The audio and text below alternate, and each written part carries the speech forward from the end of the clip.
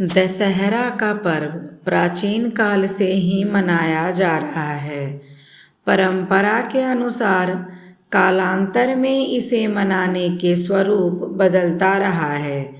इस दिन का बहुत महत्व माना गया है। हिंदू कैलेंडर के अनुसार यह दिन अश्विनी माह के शुक्ल पक्ष की दशमी को मनाया जाता है। आइए जानते हैं कि दशहरा अथवा विजयदशमी पर्व क्यों मनाया जाता है। बुराई पर अच्छाई की जीत और असत्य पर सत्य की जीत का उत्सव विजया उत्सव है। इसकी कुछ कहानियां प्रचलित है, तो चलिए इसी में से कुछ कहानियां हम आपके सामने प्रस्तुत करते हैं। माता ने किया था महिषासुर का वध। इस दिन माता कात्यायनी दुर्गा ने देवताओं के अनुरोध पर महिषासुर का वध किया था। तब इसी दिन विजय उत्सव मनाया गया था। इसी के कारण इसे विजयादशमी भी कहा जाने लगा। विजया माता का एक नाम है। यह पर्व प्रभु श्री राम के काल में भी मनाया जाता था और श्री कृष्ण के काल में भी। माता द्वारा महिषासुर का वध करने के बाद से ही असत्य पर सत्य की जीत का पर्व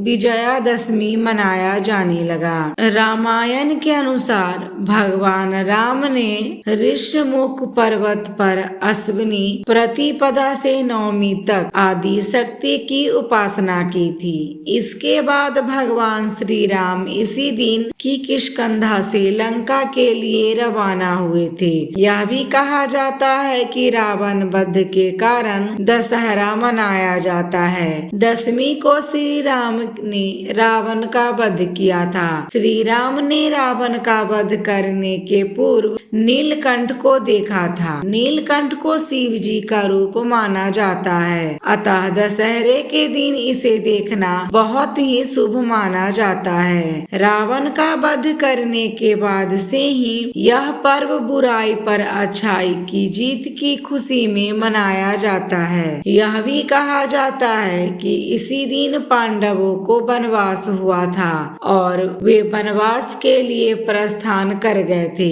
इसी दिन अज्ञातवास समाप्त होते ही पांडवों ने शक्ति पूजन कर शमी के वृक्ष में रखे अपने शस्त्र पुनः हाथों में लिए एवं विराट की गाय चुराने वाली कौरव सेना पर आक्रमण कर विजय प्राप्त की थी। इसी दिन पांडवों ने कौरवों पर भी विजय प्राप्त की थी। यह भी कहा जाता है कि इसी दिन भगवान शिव की पत्नी देवी सती अपने पिता दक्ष के यज्ञ की अग्नि में समा गई थी। चतुर्मास समाप्त। कुछ लोगों के अनुसार इस दिन से वर्षा ऋतु की समाप्ति के साथ ही चतुर्मास की भी समाप्ति हो जाती है। हालांकि चतुर्मास देव उठनी एकादशी पर समाप्त होता है। वैसे देखा जाए तो यह त्योहार प्राचीन काल से चला आ रहा है।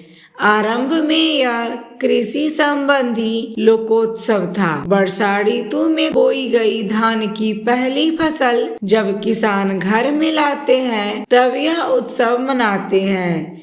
इस दिन से वर्षा ऋतु की समाप्ति के साथ ही चतुर्मास भी समाप्त हो जाता है।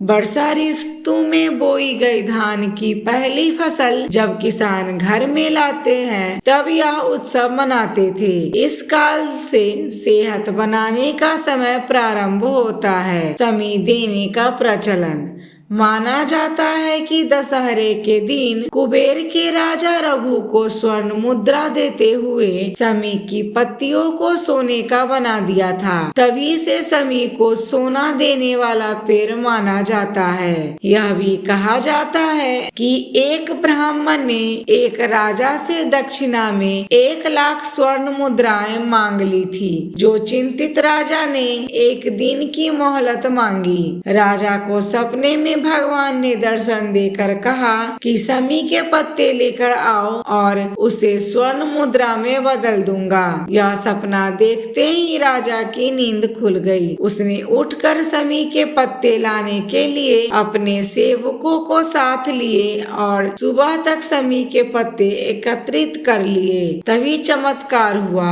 और सभी समी के पत्ते स्वर्ण में बदल गए। तभी से इसी दिन समी की पूजा का प्रचलन भी प्रारंभ हुआ। दोस्तों, आपको कहानी कैसी लगी कमेंट करके जरूर बताइएगा। कहानी अच्छी लगी हो तो वीडियो को लाइक, शेयर और चैनल को सब्सक्राइब जरूर कीजिएगा ताकि ऐसी ज्ञान भरी कहानियाँ आपको देखने को मिलती रहे।